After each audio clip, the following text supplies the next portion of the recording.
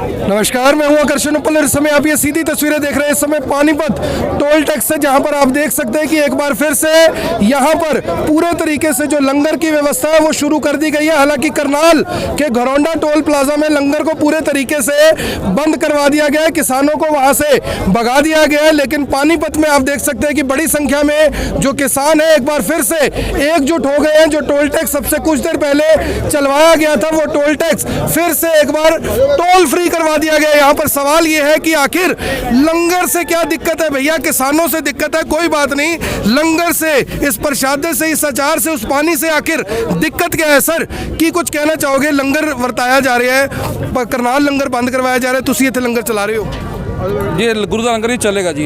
सरकार ਨੂੰ ਕੀ ਦਿੱਕਤ ਹੈਗੀ? ਸਰਕਾਰ ਨੂੰ ਤਾਂ ਬਹੁਤ ਦਿੱਕਤ ਸਾਡੇ ਤੋਂ ਪਹਿਲੇ ਬਹੁਤ ਦਿੱਕਤ ਸਾਡੇ ਤੋਂ ਜੀ। ਕੀ ਕਹਿਣਾ ਚਾਹੋਗੇ? ਬਹੁਤ ਜਿਵੇਂ ਸਰਕਾਰ ਨੂੰ ਆਪਣੀ ਮੰਗਾਂ ਮੰਨ ਲੈਣੀ ਚਾਹੀਦੀਆਂ ਸਾਡੀਆਂ, ਜਿਹੜੇ 3 ਕਾਨੂੰਨ ਵਾਪਸ ਲੈਣੇ ਚਾਹੀਦੇ ਨੇ ਤੇ ਲੰਗਰ ਸਾਡਾ ਐਵੇਂ ਚੱਲੇਗਾ। ਗੁਰੂ ਦਾ ਲੰਗਰ ਇਹ ਬੰਦ ਨਹੀਂ ਹੋਏਗਾ। ਸਰ ਕੀ ਕਹਿਣਾ ਚਾਹੋਗੇ? ਸਰਕਾਰ ਨੂੰ ਦਿੱਕਤ ਲੰਗਰ ਤੋਂ ਵੀ ਹੈ ਤੇ 36 ਬਰਾਦਰੀ ਦੇ ਭਾਈਚਾਰੇ ਤੋਂ ਵੀ ਹੈ। ਉਹ ਧਰਮ ਜਾਤੀ ਦੀ ਰਾਜਨੀਤੀ ਕਰਦੀ ਹੈ ਬੀਜੇਪੀ ਸਰਕਾਰ, ਅੱਜ ਤੱਕ ਕਰਦੀ ਆਈ ਹੈ, 7 ਸਾਲ ਹੋ ਗਏ ਨੇ, ਪਰ ਹੁਣ ਪੂਰਾ ਭਾਈਚਾਰਾ ਜਾਗ ਚੁੱਕਿਆ ਹੈ। ਭਾਈਚਾਰਾ ਇੱਕ ਹੋ ਕੇ ਹੁਣ ਲੜੇਗਾ ਵੀ ਤੇ ਜਿੱਤੇਗਾ। करनाल लंगर बंद करवा दिता गया, की कहना चाहोगे? ਚਾਲੂ ਹੋ ਜਾਏਗਾ, ਉਹ ਵੀ ਚਾਲੂ ਹੋ ਜਾਏਗਾ। ਹਾਂ ਹੋ ਗਿਆ ਚਾਲੂ। ਟੋਲ ਚਾਲੂ ਹੈ। ਨਹੀਂ, ਹੁਣੇ ਅਸੀਂ ਉੱਥੋਂ ਹੀ ਆਏ ਹਾਂ। ਕਰਨਾਲ ਤੋਂ ਲੰਗਰ ਬੰਦ ਕਰਵਾਤਾ, ਕਿਸਾਨ ਉੱਥੋਂ ਭਜਾਤੇ ਨੇ। 1000 ਆਦਮੀ ਪੈਰਾਮਿਲਟਰੀ ਫੋਰਸਿਸ ਤੇ ਹਰਿਆਣਾ ਪੁਲਿਸ ਦਾ 15 ਮਿੰਟ ਪਹਿਲਾਂ ਦੀ ਖਬਰ ਦੱਸ। ਕੋਈ ਗੱਲ ਨਹੀਂ, ਇੱਥੇ ਵੀ ਹੋਏਗਾ, ਵੇਖੀ ਜਾਏਗੀ। ਇਹ ਤੇ ਮਹਾਰਾਜ ਦਾ ਲੰਗਰ ਹੈ। ਕਰਵਾਓਗੇ ਸ਼ੁਰੂ ਉੱਥੇ? ਬਿਲਕੁਲ ਸਾਰੀ ਜਗ੍ਹਾ ਸ਼ੁਰੂ ਹੋਏਗਾ। ਲੰਗਰ ਤੇ ਕੋਈ ਰੋਕ ਹੀ ਨਹੀਂ ਸਕਦਾ। ਇਹ ਉਹੀ ਪ੍ਰਸ਼ਾਸਨ ਹੈ ਜਿਹੜੇ ਕਿ ਗੁਰਦੁਆਰਿਆਂ ਦੇ ਵਿੱਚੋਂ ਲੰਗਰ ਪਕਵਾ ਕੇ ਕਰੋਨਾ ਵਕਤ ਲਿਜਾਂਦੇ ਹਨ। ਉਦੋਂ ਲੰਗਰ ਇਹਨਾਂ ਨੂੰ ਮਿੱਠਾ ਲੱਗਦਾ ਸੀ, ਅੱਜ ਲੰਗਰ ਇਹਨਾਂ ਨੂੰ ਚਾਰ ਲੱਗਣ ਲੱਗ ਗਿਆ।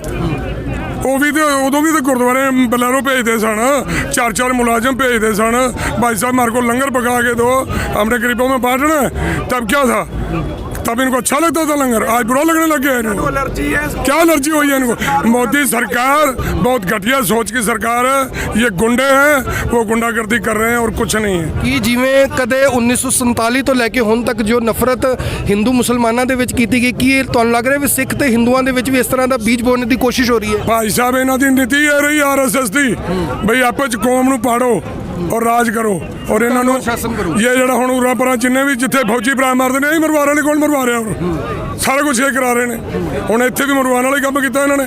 पैरामिलिटरी फोर्स आएगी, लै जाओ लंगर चुक के, कोई गल नहीं। दुनिया को जुत्तियां खाणगे, दुनिया इन्होंने बदनाम करेगी भी लंगर भी नहीं चलन देंगे। असीं गरीबां नूं खुआ रहे हैं, सारिਆਂ ਨੂੰ खुआ रहे हैं। 36 बरादरी छक रही है, अज कोई गुनाह नहीं कर रहे। कोई गल नहीं, इन्हों की मर्जी है। ये एक मुस्लिम समाज से अंकल जी हैं हमारे साथ। सर मैं ये जानना चाहता हूँ, आपकी उम्र इतनी है, आपने शायद आज़ादी भी देखी होगी, ये जो लंगर चल रहा है इससे कुछ दिक्कत होनी चाहिए? लंगर से दिक्कत ही नहीं होनी चाहिए। लंगर तो जो है ना 70% तो यहाँ मजदूर और गरीब लोग खा रहे थे। और सबसे पहले तो मुस्लिम समुदाय ने शुरू किया था यहाँ पे। हाँ, सबसे पहले तो हमने शुरू किया था। आप लोग भी ये लंगर खाते हैं, जब आपके मन में वो यानी कि खटास नहीं है, ये और लोग फेसबुक के जरिए खटास क्यों पैदा कर रहे हैं? क्या दिक्कत क्या हो रही है उनको? उनका तो काम ही है खटास पैदा करने का।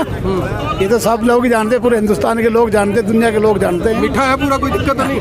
ना कोई दिक्कत नहीं तो है। लोगों को, हरियाणा पंजाब के लोगों को क्या मैसेज हो गया? आज भी वैसे ही हैं जैसे कल थे? पूरे देश के लोगों को महसूस हो रहा, ये हरियाणा पंजाब नहीं, पूरे देश के लोगों को महसूस हो रहा। अब ये जो है ना, ये छल की राजनीति थी, इसको लोग समझ चुके हैं, ऐसी बात नहीं है। क्या नाम है आपका, कहाँ से? मैं पानीपत से ही। पानीपत से। सर उन्होंने बड़ी वधिया गल कही कि जो ये लंगर है ये तो हमारा साझा लंगर है, क्या कहना चाहिए? देखो भैया, आज़ाद भारत के इतिहास ਦੇ ਵਿੱਚ ਇਹ ਪਹਿਲੀ ਵਾਰੀ ਹੋਇਆ ਹੈ ਕਿ ਅਸੀਂ ਲੰਗਰ ਛਕਾ ਰਹੇ ਹਾਂ, ਸਾਨੂੰ ਲੰਗਰ ਛਕਾਉਣ ਤੋਂ ਮਨਾ ਕੀਤਾ ਜਾ ਰਿਹਾ। ਅੱਜ ਤੱਕ ਤੁਸੀਂ ਹਿਸਟਰੀ ਚੁੱਕ ਕੇ ਦੇਖੋ, ਕਦੀ ਵੀ ਕਿਸੇ ਨੂੰ ਸੇਵਾ ਕਰਨ ਤੋਂ ਮਨਾ ਨਹੀਂ ਕੀਤਾ ਗਿਆ। ਜਦੋਂ ਕਿ ਕੇਰਲ ਦੇ ਵਿੱਚ ਹੋਇਆ, ਨੇਪਾਲ ਦੇ ਵਿੱਚ ਹੋਇਆ, ਈਵਨ ਕਿ ਸੀਰੀਆ ਦੇ ਵਿੱਚ, ਜਿੱਥੇ ਵੀ ਜਾਂਦੇ ਨੇ ਸਾਡਾ ਸਾਰਾ ਭਾਈਚਾਰਾ ਸੇਵਾ ਕਰਦਾ, ਕਿਸੇ ਨੇ ਤੱਕ ਰੋਕਿਆ ਨਹੀਂ। ਲੇਕਿਨ ਆਜ਼ਾਦ ਭਾਰਤ ਦੇ ਇਤਿਹਾਸ ਵਿੱਚ ਪਹਿਲੀ ਵਾਰੀ ਹੋਇਆ ਕਿ ਅਸੀਂ ਸਿੱਖ ਕੌਮ ਵਾਲੇ ਸਾਰੇ ਮਿਲ ਕੇ, ਸਾਰੀ ਭਾਈਚਾਰਾ ਮਿਲ ਕੇ, ਸਾਰੀ ਬਰਾਦਰੀ ਮਿਲ ਕੇ ਲੰਗਰ ਲਗਾ ਰਹੇ ਹਾਂ ਔਰ ਸਾਨੂੰ ਲੰਗਰ ਲਗਾਉਣ ਤੋਂ ਰੋਕਿਆ ਜਾ ਰਿਹਾ। ਸਾਡੇ ਡੈਮੋਕ੍ਰੈਟਿਕ ਰਾਈਟ ਕਿੱਥੇ ਹੈ ਕਿ ਅਸੀਂ ਅੱਜ ਸਾਨੂੰ ਸੋਚਣ 'ਤੇ ਮਜਬੂਰ ਹੋਣਾ ਪੈ ਰਿਹਾ ਹੈ। ਜਿੰਨਾ ਮੇਰੇ ਵੀਰ ਖੜੇ ਨੇ ਸਾਰੇ, ਇਹ ਸੋਚਣ 'ਤੇ ਮਜਬੂਰ ਹੋਣਾ ਚਾਹ ਰਿਹਾ ਕਿ ਇਹ ਦੇਸ਼ ਹੁਣ ਦੇਸ਼ ਕਹਾਉਣ ਦੇ ਲਾਇਕ ਰਹਿ ਗਿਆ ਹੈ? ਜਿੱਥੇ ਕਿ ਸਾਡਾ ਕਨਸਟੀਟਿਊਸ਼ਨਲ ਰਾਈਟ, ਸਾਡਾ ਡੈਮੋਕ੍ਰੈਟਿਕ ਰਾਈਟ ਹੈ, ਅਸੀਂ ਪ੍ਰੋਟੈਸਟ ਕਰ ਸਕਦੇ ਹਾਂ, ਸਾਡੀ ਪ੍ਰੋਟੈਸਟ ਕਰਨ ਦਾ ਰਾਈਟ ਹੈ ਸਾਡਾ, ਅਸੀਂ ਸੇਵਾ ਕਰਨ ਦਾ ਸਾਡਾ ਹੱਕ ਹੈ। ਸੇਵਾ ਕਰਨ ਦੀ ਪਰੰਪਰਾ ਸਾਡੇ ਬਲੱਡ 'ਚ, ਸਾਡੇ ਗੁਰੂਆਂ ਦੀ ਪਰੰਪਰਾ। ਜੇਕਰ ਅਸੀਂ ਆਪਣੇ ਗੁਰੂਆਂ ਦਾ ਉਪਦੇਸ਼, ਜੇਕਰ ਆਪਣੇ ਗੁਰੂਆਂ ਦਾ ਅਸੀਂ ਪਰੰਪਰਾ ਅਸੀਂ ਇਹੀ ਛੱਡ ਦਾਂਗੇ ਤਾਂ ਅਸੀਂ ਮਰ ਜਾਾਂਗੇ। ਸਰ ਉਹ ਜਿਹੜੀ ਕਿਤਾਬਾਂ ਤੁਸੀਂ ਤੇ ਮੈਂ ਪੜ੍ਹੀਆਂ, ਹਿੰਦੂ ਮੁਸਲਿਮ ਸਿੱਖ ਈਸਾਈ ਸਾਰੇ ਮਿਲ ਕੇ ਭਾਈ ਇਹ ਅਪੀਲ ਤਾਂ ਕਰ ਦਿਓ, ਫਿਰ ਉਹ ਵਰਕਾ ਤੇ ਪੜਵਾ ਦੇਣ ਨਾ ਘੱਟੋ ਘੱਟ। ਇਸ ਤਰ੍ਹਾਂ ਭਈਆ ਹਿੰਦੂ ਮੁਸਲਿਮ ਸਿੱਖ ਈਸਾਈ ਇਹ ਗੰਗਾ ਜਮਨੀ ਤਹਿਜ਼ੀਬ ਇਹ ਸਾਡੇ ਹਿੰਦੁਸਤਾਨ ਦਾ ਇੱਕ ਖੂਬਸੂਰਤ ਇਤਿਹਾਸ ਨੂੰ ਬਿਆਨ ਕਰਦਾ ਹੈ। ਔਰ ਵਰਤਮਾਨ ਪ੍ਰੈਜ਼ੈਂਟ ਵਿੱਚ ਆਪ ਜੀ ਚਾਰੋਂ ਪਾਸੇ ਆਪਣੇ ਕੈਮਰਾਮੈਨ ਨੂੰ ਕਹੋ ਨਜ਼ਰ ਦੌੜਾਉਣਗੇ, ਇੱਥੇ ਆਪ ਜੀ ਨੂੰ ਸਾਰੇ ਬੰਦੇ ਸੇਵਾ ਕਰਦੇ ਹੋਏ ਨਜ਼ਰ ਆਉਣਗੇ। ਇੱਥੇ ਕਿਹੜੀ ਕੌਮ ਦਾ ਬੰਦਾ ਜਿਹੜਾ ਇੱਥੇ ਨਹੀਂ ਹੈਗਾ। ਲੇਕਿਨ ਅੱਜ ਸਾਨੂੰ ਪਾੜਿਆ ਜਾ ਰਿਹਾ ਤੇ ਸਿਰਫ ਇੱਕ ਪੋਲਿਟਿਕਸ ਨੇ ਪਾੜਿਆ ਸਾਨੂੰ। ਇਹ ਪੋਲਿਟਿਕਸ ਵਾਲੇ ਬੜੇ ਖਰਾਬ ਨੇ। ਹੱਥ ਜੋੜ ਕੇ ਬੇਨਤੀ, ਖੱਟਰ ਸਾਹਿਬ ਪਿਛਲੀ ਉਮਰ ਆ ਗਈ ਹੈ, 2-4 ਸਾਲ ਰਹਿ ਗਏ ਨੇ, परमात्मा ਦੇ ਪਤਾ ਨਹੀਂ ਅਗਲਾ ਸਾਹ ਆਣਾ ਕਿ ਨਹੀਂ ਆਣਾ। ਔਰ ਮੋਦੀ ਸਾਹਿਬ मैं विद द ड्यू रिस्पेक्ट हाथ जोड़ के प्रार्थना करता। ਤੁਹਾਡੇ ਕਹਿਣ ਦਾ ਮਤਲਬ ਹੈ ਵੀ ਕੁਝ ਐਸਾ ਕਰ ਜੋ ਵੀ ਅੱਛੇ ਵਾਸਤੇ ਯਾਦ ਰੱਖਣ। ਮੈਂ ਕਹਿੰਦਾ ਮੋਦੀ ਸਾਹਿਬ ਕਿਰਪਾ ਕਰੋ, ਪ੍ਰਮਾਤਮਾ ਕਿਰਪਾ ਕਰੇ, ਅਸੀਂ ਛਾਪ ਛੱਡ ਦਿਓ। ਓਏ ਬੱਚੇ ਨੇ ਤੁਹਾਡੇ ਦੇਸ਼, ਪ੍ਰਜਾ ਤੁਹਾਡੀ ਆਪਣੀ, ਤੁਸੀਂ ਰਾਜੇ ਹੋ। ਪੁਰਾਣੀ ਗੱਲ ਹੀ ਕਰਦਾ ਮੈਂ ਥੋੜਾ ਪੁਰਾਣੇ ਖਿਆਲਾਤ ਦਾ ਬੰਦਾ। ਅਰੇ ਯਾਰ ਜੇ ਨਹੀਂ ਮੰਨਦੇ ਤਾਂ ਛੱਡ ਦੇ ਗੱਲ ਨੂੰ, ਜਿੱਦ ਛੱਡ ਦੇ। ਹੁਣ ਤੂੰ ਜਿੱਦ ਨਹੀਂ ਛੱਡੇਗਾ, ਅਸੀਂ ਜਿੱਦ ਛੱਡ ਦਿਆਂਗੇ। ਅਸੀਂ ਖੜੇ ਹਾਂ ਇੱਥੇ, ਗੋਲੀ ਮਾਰਦੇ ਆਪਣੇ ਪੁਲਿਸ ਸਾਡੀ ਦੇਸ਼ ਦੀ, CRPF ਸਾਡੇ ਦੇਸ਼ ਦੀ, ਜਵਾਨ ਸਾਡੇ ਦੇਸ਼ ਦੇ। ਕੋਈ ਬਾਹਰ ਦਾ ਬੰਦਾ ਹੋਏ ਤਾਂ ਅਸੀਂ ਪਾੜ ਕੇ ਰੱਖ ਦਈਏ, ਪਰ ਆਪਣੇ ਭਰਾਵਾਂ ਨੂੰ ਅਸੀਂ ਕਿਵੇਂ ਹੱਥ ਲਾ ਦਈਏ? ਵੀਰ ਸਾਰੇ ਸਾਡੇ ਪੁਲਿਸ ਵਾਲੇ ਸਾਡੇ ਭਰਾ ਸਾਰੇ ਸਾਨੂੰ ਆਓ ਗੱਲ ਇੱਕ ਰਿਕੁਐਸਟ ਪੁਲਿਸ ਵਾਲੇ ਵੱਲ ਅੱਗੇ, ਪਿੱਠ ਪਿੱਛੇ ਨਾ ਗੋਲੀ ਮਾਰਿਆ ਜੇ, ਛਾਤੀ ਤੇ ਗੋਲੀ ਮਾਰਿਆ ਜੇ, ਤਾਂ ਜੋ ਸਾਡੀ ਲਾਸ਼ ਜਾਏ ਤੇ ਛਾਤੀ ਤੇ ਛੇਕ ਮਿਲੇ, ਕੰਧ ਤੇ ਛੇਕ ਨਾ ਮਿਲੇ। ਅੱਜ ਪੁਲਿਸ ਵਾਲੇ ਗੋਲੀ ਨਹੀਂ ਚਲਾਣਗੇ, ਮੈਂ ਤੁਹਾਨੂੰ ਦੱਸ ਰਿਹਾ, ਪੁਲਿਸ ਵਾਲੇ ਗੋਲੀ ਨਹੀਂ ਚਲਾਣਗੇ। ਪੁਲਿਸ ਵਾਲੇ ਵੀ ਸਾਡੇ ਤੇ ਤੁਹਾਡੇ ਵਰਗਿਆਂ ਚੋਂ, ਅਸੀਂ ਕੋਈ ਇਹ ਤੇ ਹੈ ਨਹੀਂ ਵੀ ਪਾਕਿਸਤਾਨ ਦੀ ਨਾਗਰਿਕਤਾ ਲੈ ਕੇ ਇੱਥੇ ਆ ਕੇ ਉਤਪਾਤ ਮਚਾ ਰਹੇ ਹਾਂ। ਦੇਖੋ ਭਈਆ ਮੈਨੂੰ ਪਤਾ ਹੈ ਕਿ ਉਹ ਨਹੀਂ ਚਲਾਣਗੇ। ਉਹ ਵੀ ਕਿਸਾਨਾਂ ਦੇ ਪੁੱਤ ਨੇ, ਸਾਡੇ ਦੇਸ਼ ਦੇ ਵਿੱਚ 76% ਬੰਦਾ ਕਿਸਾਨੀ ਨਾਲ ਬਿਲੋਂਗ ਕਰਦਾ ਹੈ। ਲੇਕਿਨ ਫਿਰ ਵੀ ਅਗਰ ਕੋਈ ਸਰਕਾਰੀ ਦਬਾਅ ਪੈਂਦਾ ਤੇ ਸਾਨੂੰ ਗੋਲੀ ਮਾਰ ਦਿਓ, ਜੋ ਮਰਜ਼ੀ ਕਰ ਦਿਓ, ਇਹ ਲੰਗਰ ਨਹੀਂ ਚੱਕਿਆ ਜਾਣਾ। ਹੁਣ ਲੰਗਰ ਨਹੀਂ ਚੱਕਿਆ ਜਾਏ। ਸਰ ਇੱਕ ਗੱਲ ਮੈਂ ਆਖਿਰ ਦੇ ਵਿੱਚ ਹੋਰ ਪੁੱਛਣਾ ਚਾਹਾਂਗਾ, ਜੋ ਯਾਨੀ ਕਿ ਪ੍ਰੋਪੋਜੈਂਡਾ ਇੱਕ ਕਿਸਮ ਦਾ, ਜਿਵੇਂ ਲਾਲ ਕਿਲੇ ਤੇ ਤੁਹਾਡੇ ਧਰਮ ਦਾ ਝੰਡਾ ਫਹਿਰਾਇਆ ਗਿਆ। ਲਾਲ ਕਿਲੇ ਤੇ ਪੂਰੇ ਦੇਸ਼ ਦੀ ਯਾਨੀ ਕਿ ਵਿਰਾਸਤ ਹੈਗੀ ਇੱਕ ਕਿਸਮ ਦੀ, ਅਸੀਂ ਸਾਰੇ ਉਹਨੂੰ ਬੜਾ ਪਿਆਰ ਕਰਨੇ ਆ। ਜਦੋਂ 26 ਜਨਵਰੀ 15 ਅਗਸਤ ਨੂੰ ਝੰਡਾ ਫਹਿਰਾਇਆ ਜਾਂਦਾ ਹੈ, ਅਸੀਂ ਸਾਰੇ ਉਹਨੂੰ ਸਲੂਟ ਕਰਨੇ ਆ। ਕੀ ਤੁਹਾਨੂੰ ਲੱਗ ਰਿਹਾ ਕਿ ਜਿਨ੍ਹਾਂ ਨੇ ਉਹ ਹਰਕਤ ਕੀਤੀ ਸੀ ਉਹਨਾਂ ਦੇ ਉੱਤੇ ਕਾਰਵਾਈ ਕਰਨ ਦੀ ਜਗ੍ਹਾ ਉਸ ਆੜ ਦੇ ਵਿੱਚ ਇਸ ਲੰਗਰ ਨੂੰ ਕਿਸਾਨਾਂ ਨੂੰ ਚੁਕਾਇਆ ਜਾ ਰਿਹਾ ਹੈ? ਇਹ ਕੀ ਕੋਈ ਸਾਜ਼ਿਸ਼ ਦਾ ਹਿੱਸਾ ਲੱਗਦਾ ਤੁਹਾਨੂੰ? ਦੇਖੋ ਭਈਆ ਮੈਂ ਤੁਹਾਡੇ ਗੱਲ ਦਾ ਹੁਣ ਨਾ, ਤੁਹਾਡੇ ਇੱਕ ਕੁਐਸਚਨ ਦੇ ਵਿੱਚ, ਤੁਸੀਂ ਪੱਤਰਕਾਰ ਹੋ ਪ੍ਰੋਫੈਸ਼ਨਲ, ਤੁਹਾਡੇ ਕੁਐਸਚਨ 'ਚ 10 ਕੁਐਸਚਨ ਆ ਗਏ ਨੇ। ਹੁਣ ਮੈਂ ਸਟੈਪ ਬਾਈ ਸਟੈਪ ਜਵਾਬ ਦਿਆਂਗਾ। ਸਭ ਤੋਂ ਪਹਿਲਾਂ ਦੱਸਿਆ ਕਿ ਇਹ ਤੁਹਾਡੇ ਧਰਮ ਦਾ ਝੰਡਾ ਹੈ, ਇਹ ਸਾਡੇ ਧਰਮ ਦਾ ਝੰਡਾ ਨਹੀਂ, ਇਹ ਯੂਨੀਵਰਸਲ ਧਰਮ ਹੈ। ਇਹ ਸਿੰਬਲ ਜਿਹੜਾ ਕੇਸਰੀ ਸਿੰਬਲ ਹੈ ਬਲੀਦਾਨ ਦਾ, ਇਹ ਯੂਨੀਵਰਸਲ ਧਰਮ ਹੈ।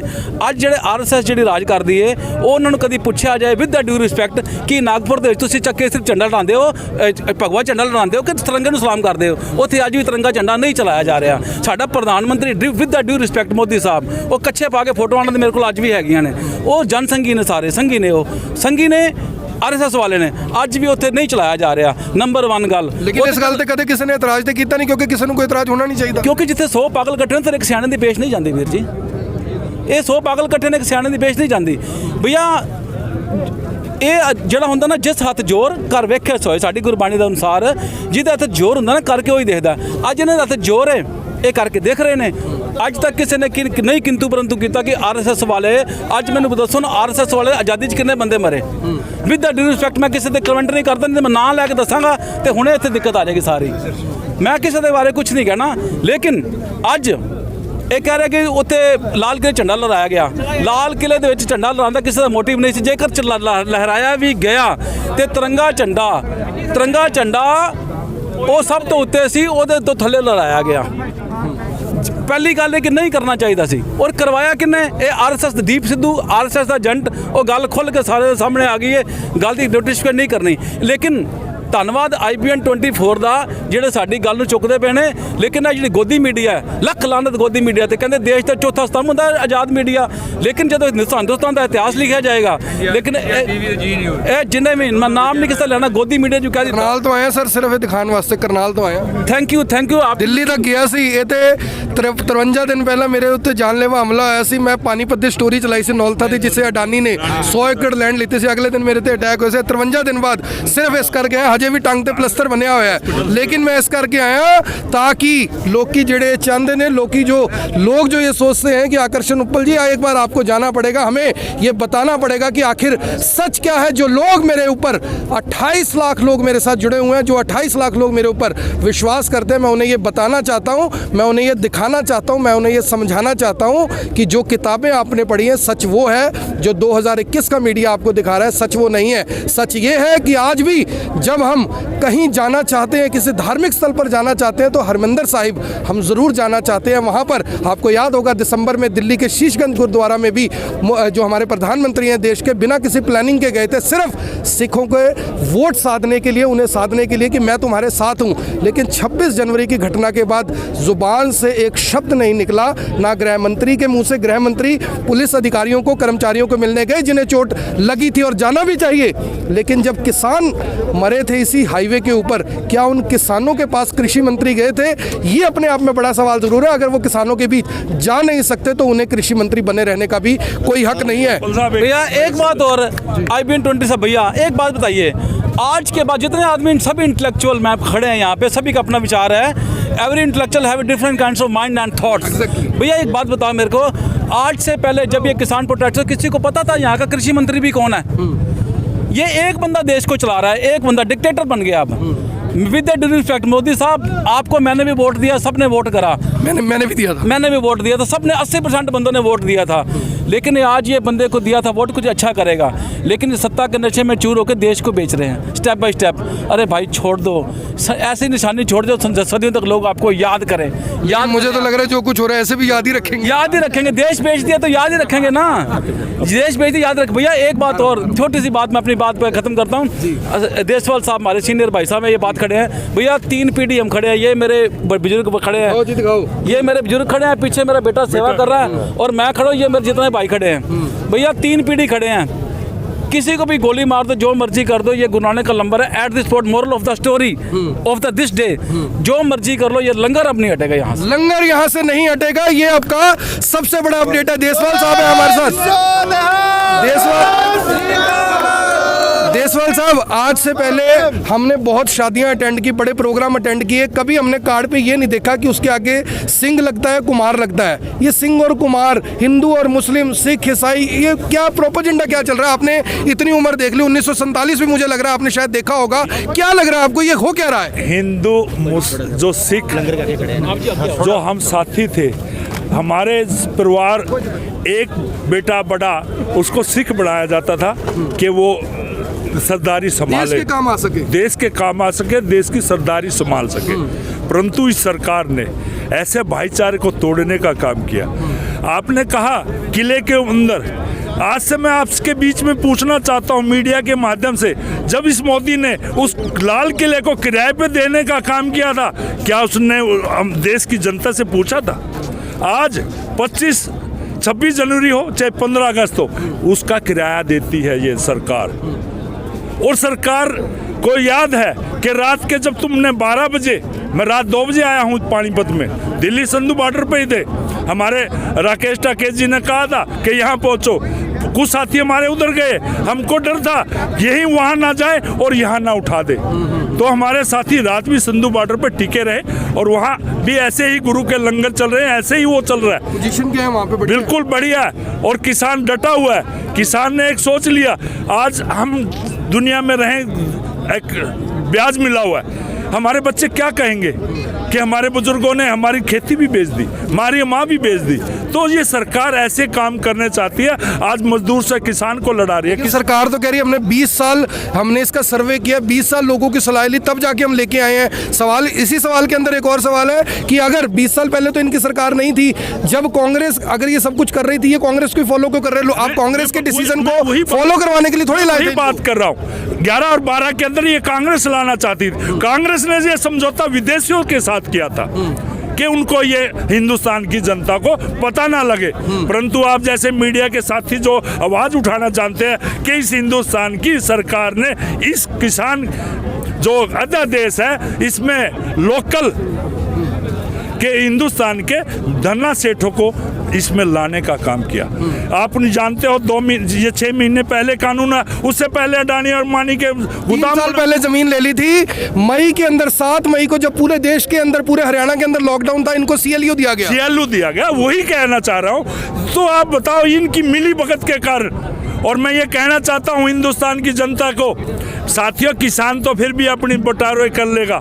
ये आटा आज जो 20 रुपए मिलने जा रहा है, ये 100 से 150 रुपए किलो बेचने का काम करेंगे। आप साथियों को जानते हो, देश की ये जनता, ये बीजेपी जब 400 का सिलेंडर होती थी, कपड़े उतारती थी, 2 रुपए या पेट्रोल डीजल बढ़ता था, कपड़े उतार के सड़कों पे घूमती थी। और आज 400 का सिलेंडर 800 रुपए, 3 रुपए सब्सिडी, 4 रुपए 59 पैसे सब्सिडी आ रही है। अच्छा, 1 रुपए 59 पैसे ज्यादा मिल रही है, ज्यादा मिल रही है।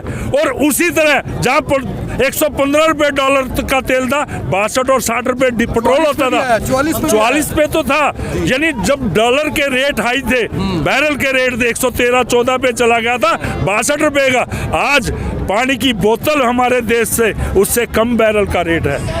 और आप साथी जानते हो, इस 26 जनवरी की आड़ में पूरे हिंदुस्तान का हर एक संस्थाएं बंद होती हैं, हर एक जो सरकार के अफसर होते हैं वो बंद होते हैं, परंतु इन्होंने उस दिन भी रात को तेल बढ़ाने का काम किया। तो बताइए, छुट्टी नहीं थी, वहाँ छुट्टी नहीं है। अरे ये हिंदुस्तान की जनता को पीस पीस के मारना चाहती है, हिटलर शाही दिखाना चाहती है। और इन्होंने ऐसी घटनाएं करी। पानीपत में कोरोना काल था, हमारे सिख भाई, हमारे हिंदू धर्म ने, सब ने मिलकर गुरुद्वारे के ये धर्म लंगर चलाने का काम किया। और आज किसान, मजदूर, आम आदमी, ये पुलिस के जवान भी यहाँ लंगर छकते थे और उसको बंद करने का काम किया। तो आप बताइए कैसे काम चलेगा।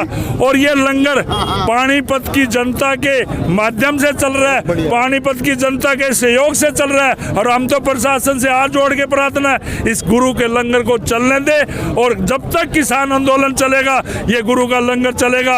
आज के बाद जो इसको उठाने का काम करेगा, हम फांसी गोली खाने को भी तैयार हैं। सर, लास्ट में 1 मिनट में क्या कहना चाहोगे हरियाणा पंजाब के लिए? क्या आपका मैसेज क्या है? आप बुजुर्ग हैं, बड़े लोग आपको सुनेंगे, लाखों लोगों तक ये वीडियो जाएगा, क्या कहना चाहेंगे?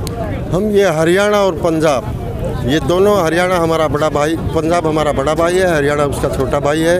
और ये जो किसानों पर मोदी ने, किसान कुछ मांग थोड़े रहे हैं मोदी से, किसान तो ये कह रहे भी जो कानून बनाए हैं आपने, इनको रद्द कर दे रहे हो ना। MSP हमारे को गारंटी दे सरकार। आप जब चुनाव हुए थे उसमें वायदे किए थे इसने, लेकिन उन सारे वायदों पर पानी फेर करके और जो है ना किसानों के साथ जो है ना अन्याय जो इस सरकार कर रही है, ये सर्वविदित है। और जो 26 जनवरी को दिल्ली में हुआ है उसकी हम कड़ी निंदा करते हैं। और उन आदमियों के खिलाफ आज तक इस सरकार ने कोई एक्शन नहीं लिया, ये सबसे बड़ा सबूत है। एक बात मैं आपसे जानना चाहूँगा, जिन्होंने ये किया उनकी खबर मीडिया में नहीं चल रही, लेकिन किसानों की खबर मीडिया में चल रही है, ये चक्कर क्या है? ये चक्कर यही है कि क्योंकि वो बीजेपी का एजेंट है, क्योंकि प्रधानमंत्री और धर्मेंद्र के लड़के के साथ उसकी फोटो इलेक्शन में, ये सब लोगों को पता है।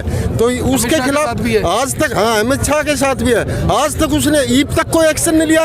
और कल महेंद्र सिंह टिकैत को यूपी की पुलिस मारने पर उतारू हो रही थी, हम इसको कंडम करते हैं। और महेंद्र सिंह टिकैत जिंदाबाद रहेगा, सारी किसान मोर्चा जिंदाबाद है।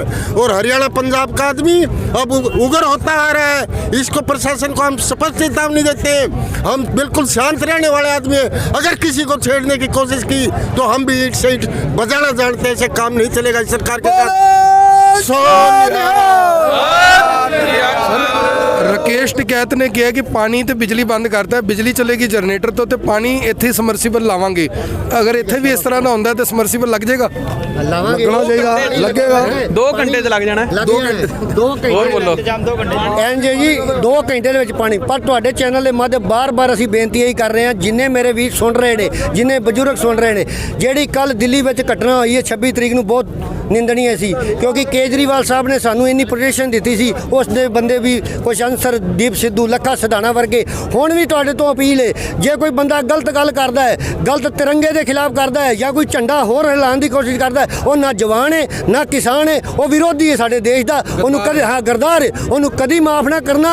ਲੇਕਿਨ ਇਹਦਾ ਹੈ ਜਿੰਨੇ ਵੀ ਬੰਦੇ ਲੈ ਕੇ ਜਾਂਦੇ ਹੋ ਉਹਦਾ ਆਧਾਰ ਕਾਰਡ ਵੇਖੋ, ਉਸ ਬੰਦੇ ਨੂੰ ਚੈੱਕ ਕਰੋ, ਫਿਰ ਆਪਣੇ ਨਾਲ ਲੈ ਕੇ ਚਲੋ। ਕਿਉਂਕਿ ਇੱਕ ਛੋਟੀ ਜੀ ਚਿੰਗਾਰੀ ਨੇ ਕੱਲ ਦਿੱਲੀ ਨੂੰ ਜਲਾ ਦੇਣਾ ਸੀ। ਉੱਥੇ ਜਲਿਆਂਵਾਲਾ ਬਾਗ ਬਣਾਉਣ ਦੀ ਕੋਸ਼ਿਸ਼ ਕੀਤੀ, ਉਹ ਗੁਰੂ ਮਾਜ ਰਾਮ ਅੱਲਾ ਦੀ ਸਿਰਫ ਰਹਿਮ ਰਹੀ ਕਿ ਲੱਖਾਂ ਲੋਕਾਂ ਦੀ ਜਾਨ ਬਚ ਗਈ ਹੈ, ਲੇਕਿਨ ਇਹਨਾਂ ਨੇ ਕੋਈ ਕਸਰ ਨਹੀਂ ਛੱਡੀ। ਉਹਨਾਂ ਲੋਕਾਂ ਨੇ, ਕਿਸਾਨਾਂ ਨੇ ਕਈ ਮੀਟਿੰਗਾਂ ਤੇ ਮੀਟਿੰਗਾਂ ਕੀਤੀਆਂ। ਰਾਜ ਡਕੈਤ ਸਾਹਿਬ ਰੋਏ ਨੇ ਕਿਉਂਕਿ ਇੰਨੀ ਫੋਰਸ ਘੇਰਦੀ। ਯਾਰ ਲਾਲ ਕਿਲੇ ਤੇ ਘੇਰ ਦਿੰਦੇ ਨਾ, 26 ਤਰੀਕ ਹੋਵੇ ਔਰ ਲਾਲ ਕਿਲੇ ਨੂੰ ਖੁੱਲਾ ਛੱਡ ਦੇਣਾ ਜਾਏ, ਜਿਹੜਾ ਜਿੱਥੇ ਪਰਿੰਦਾ ਵੀ ਪਰ ਨਹੀਂ ਮਾਰ ਸਕਦਾ। ਰਾਤ ਇੰਨੀ ਫੋਰਸ ਬੱਚਿਆਂ ਦੇ ਉੱਤੇ, ਇੰਨੀ ਮਿਲਟਰੀ ਤੇ ਉੱਥੇ ਚਾਹੀਦੀ ਸੀ। ਜਿਹੜੇ ਲਾਲ ਕਿਲਾ ਨਹੀਂ ਸੰਭਾਲ ਸਕੇ ਉਹਨਾਂ ਦੇ ਅੱਜ ਦੇਸ਼ ਦਿੱਤਾ ਹੋਇਆ। ਕਿਤੋਂ ਸੰਭਾਲਣਾ? ਸਿਰਫ ਇਹ ਸਰਕਾਰ, ਮੋਦੀ ਸਰਕਾਰ ਇਹ ਚਾਹੁੰਦੀ ਹੈ ਇਹ ਆਪਸ ਚ ਲੜ ਕੇ ਮਰ ਜਾਣ। ਮੈਨੂੰ ਇਸ ਨਾਲ ਕੋਈ ਫਰਕ ਨਹੀਂ ਪੈਂਦਾ। ਔਰ ਸਾਰਾ ਇਹ ਜਿਹੜਾ ਕੱਲ 26 ਤਰੀਕ ਨੂੰ ਕਾਂਡ ਹੋਇਆ, ਇਹਦਾ ਜ਼ਿੰਮੇਵਾਰ ਤੋਮਰ ਹੈ। 26 ਤੋਂ ਪਹਿਲੂ ਮੀਟਿੰਗ ਹੋਈ ਹੈ, ਤੋਮਰ ਨੇ ਸਾਫ਼ ਕਹਿ ਦਿੱਤਾ ਹੈ ਮੈਂ ਕੁਝ ਨਹੀਂ ਕਰ ਸਕਦਾ। ਯਾਰ ਤੂੰ ਸਾਡੀਆਂ ਜ਼ਮੀਨਾਂ, ਸਾਡੇ ਹੱਕ, ਤੂੰ ਕਿਵੇਂ ਹੁੰਦਾ ਇੱਕ ਬੰਦਾ ਕਹਿ ਦੇਵੇ ਮੈਂ ਕੁਝ ਨਹੀਂ ਕਰ ਸਕਦਾ। ਆਖਰੀ ਸਵਾਲ ਸਰ, ਜਿਹੜਾ ਦੀਪ ਸਿੱਧੂ ਹੈ ਜਿਨ੍ਹਾਂ ਨੇ ਵੀ ਤਲਵਾਰਾਂ ਚਲਾਈਆਂ, ਪੁਲਿਸ ਦੇ ਉੱਤੇ ਹਮਲਾ ਕੀਤਾ, ਕਈ ਪੁਲਿਸ ਵਾਲੇ ਚੋਟਿਲ ਵੀ ਹੋਏ, ਤੁਸੀਂ ਉਹਨਾਂ ਦਾ ਕਿਸੇ ਵੀ ਤਰ੍ਹਾਂ ਨਾਲ ਪੱਖ ਲੈਂਦੇ ਹੋ ਜਾਂ ਉਹਨਾਂ ਨੂੰ ਵਿਰੋਧ ਕਰਦੇ ਹੋ? ਨਾ ਜੀ ਨਾ, ਸਾਡੇ ਜਵਾਨ ਸਾਡੇ ਦੇਸ਼ ਦੀ ਸ਼ਾਨ ਨੇ, ਜਿਨ੍ਹਾਂ ਕਰੋਨਾ ਦੇ ਵਿੱਚ ਵੀ ਸਾਡੇ ਨਾਲ ਸਾਥ ਦਿੱਤਾ। ਬਾਰਡਰ ਤੇ ਜਿਹੜੇ ਤਿਰੰਗੇ ਦੀ ਗੱਲ ਕਰਦੇ ਨੇ ਨਾ, ਉਹ ਕਿਸਾਨ ਦਾ ਪੁੱਤਰ ਰੋਜ਼ ਇੱਕ ਚਮਚ ਘਿਓ ਦਾ ਪਾਉਂਦਾ ਹੈ, ਖੂਨ ਦਾ, ਸ਼ਹੀਦ ਹੋ ਕੇ ਤਿਰੰਗੇ ਵਿੱਚ ਆਉਂਦਾ ਤੇ ਤਾਂ ਤਿਰੰਗਾ ਲਹਿਰਾ ਰਿਹਾ। ਖਾਲੀ ਇਹ ਨਹੀਂ ਕਹਿ ਦੇਣਾ ਮੂੰਹ ਦੇ ਨਾਲ ਮੈਂ ਤਿਰੰਗਾ ਲਹਿਰਾ ਦਿੱਤਾ, ਬਾਅਦ ਚ ਪੈਰਾਂ ਥੱਲੇ ਦੇ ਦਿੱਤਾ ਤਿਰੰਗਾ। ਉਹਨਾਂ ਨੂੰ ਪੁੱਛ ਕੇ ਵੇਖੋ ਜਿਹੜੇ ਠੰਡ 'ਚ ਖੜੇ ਨੇ, ਜਿਹੜੇ ਬਾਰਡਰ ਤੇ ਮਰਦੇ ਨੇ। ਕਰੋਨਾ ਦੇ ਵਿੱਚ ਜਿੰਨੇ ਪੁਲਿਸ ਵਾਲੇ ਖੜੇ ਨੇ ਉਹਨਾਂ ਨੇ ਲੋਕਾਂ ਦੀ ਮਦਦ ਕੀਤੀ। ਪੁਲਿਸ ਸਾਡੀ ਇਸੇ ਕਰਕੇ ਖੜੀ ਹੁੰਦੀ ਹੈ ਕਿ ਸਾਡੇ ਵਿੱਚ ਕੋਈ ਸ਼ਰਾਰਤੀ ਅਨਸਰ ਨਾ ਆ ਜਾਏ। ਉਹ ਸ਼ਰਾਰਤੀ ਅਨਸਰ ਨੂੰ ਕੱਲ 26 ਤਰੀਕ ਨੂੰ ਜਾਣ ਬੁੱਝ ਕੇ ਵਾੜਿਆ ਗਿਆ, ਕਿਉਂਕਿ ਇਹ ਜਿਹੜਾ ਧਰਨਾ ਸੀ ਬਹੁਤ ਬੁਲੰਦੀ ਤੇ ਪਹੁੰਚ ਚੁੱਕਿਆ ਸੀ, ਕਿਉਂਕਿ ਸਰਕਾਰ ਦੇ ਘੁਟਨੇ ਲੱਗ ਚੁੱਕੇ ਹਨ। ਤੋਮਰ ਸਾਹਿਬ ਦੀ ਸਾਰੀ ਗਲਤੀ ਹੈ। ਜੇ ਉਹ ਨਾ ਸ਼ਰਾਰਤੀ ਬਿਆਨ ਦਿੰਦੇ, ਹਾਂ ਉਹ ਇਹ ਵੀ ਕਹਿ ਸਕਦੇ ਹਨ ਵੀ 26 ਤਰੀਕ ਨੂੰ ਤੁਹਾਡੀ ਰੈਲੀ ਵੇਖਾਂਗੇ, ਉਸ ਤੋਂ ਬਾਅਦ ਅਸੀਂ ਫਿਰ ਮੀਟਿੰਗ ਕਰਾਂਗੇ। ਸਿਰਫ ਛੋਟੀ ਜੀ ਗੱਲ ਕਹਿੰਦੇ ਨੇ, ਬੰਦਾ ਸੌਰੀ ਮੰਗ ਲਵੇ ਨਾ ਤੇ ਦੰਗਾ ਨਹੀਂ ਹੁੰਦਾ। ਜੇ ਬੰਦਾ ਡਾਂਗ ਚੁੱਕ ਕੇ ਆਖੇ ਨਾ ਮੈਂ ਜੋ ਮਰਜ਼ੀ ਕਰ ਦਿਆਂਗਾ, ਉਹ ਗਲਤ ਹੈ। ਅਸੀਂ 60 ਦਿਨਾਂ ਤੋਂ ਕੁਝ ਨਹੀਂ ਕੀਤਾ, ਨਾ ਦੰਗਾ ਕੀਤਾ। ਔਰ ਮੈਂ ਤੁਹਾਡੇ ਮੀਡੀਆ ਨੂੰ ਇਹ ਕਹਿਣਾ ਚਾਹਾਂਗਾ, ਆ ਸਾਰਾ ਟੂਲ, ਆ ਸਾਰੀ ਚੀਜ਼ ਵਿਖਾਓ ਕਿ ਅਸੀਂ ਕੋਈ ਤੋੜ ਫੋੜ ਨਹੀਂ ਕੀਤੀ। ਕੱਲ ਨੂੰ ਸਾਡੇ ਤੇ ਇਹ ਵੀ ਹੋ ਸਕਦਾ ਹੈ ਪਾਣੀਪਤ ਵਾਲੇ ਨੇ ਟੂਲ ਪਲਾਜ਼ਾ ਤੋੜ ਦਿੱਤਾ, ਗੱਡੀਆਂ ਤੋੜ ਦਿੱਤੀਆਂ, क्योंकि सरकार आप दड़ाती है, अपने बंदे दड़ाती है। तो आप सभी से अपील, जो भी लोग इस वीडियो को, इस खबर को देख रहे हैं, इसे साथ के साथ शेयर जरूर करें। सीधी तस्वीरें पानीपत के टोल टैक्स से आप देख रहे हैं, जहां पर बड़ी संख्या में जो किसान हैं लगातार जुटते जा रहे हैं, बढ़ते जा रहे हैं। और कहा यह जा रहा है कि जल्द ही करनाल के टोल टैक्स में भी इसी तरह से लंगर और इसी तरह से किसान फिर से बैठ जाएंगे। आप सभी से अपील, इस वीडियो को देखें, इसे शेयर करें। आप देख रहे हैं इवेंट 24, मैं हूं आकर्षण उपल, पानीपत के टोल टैक्स से आप सभी के साथ लाइव। जय हिंद, जय भारत, जय जवान, जय किसान।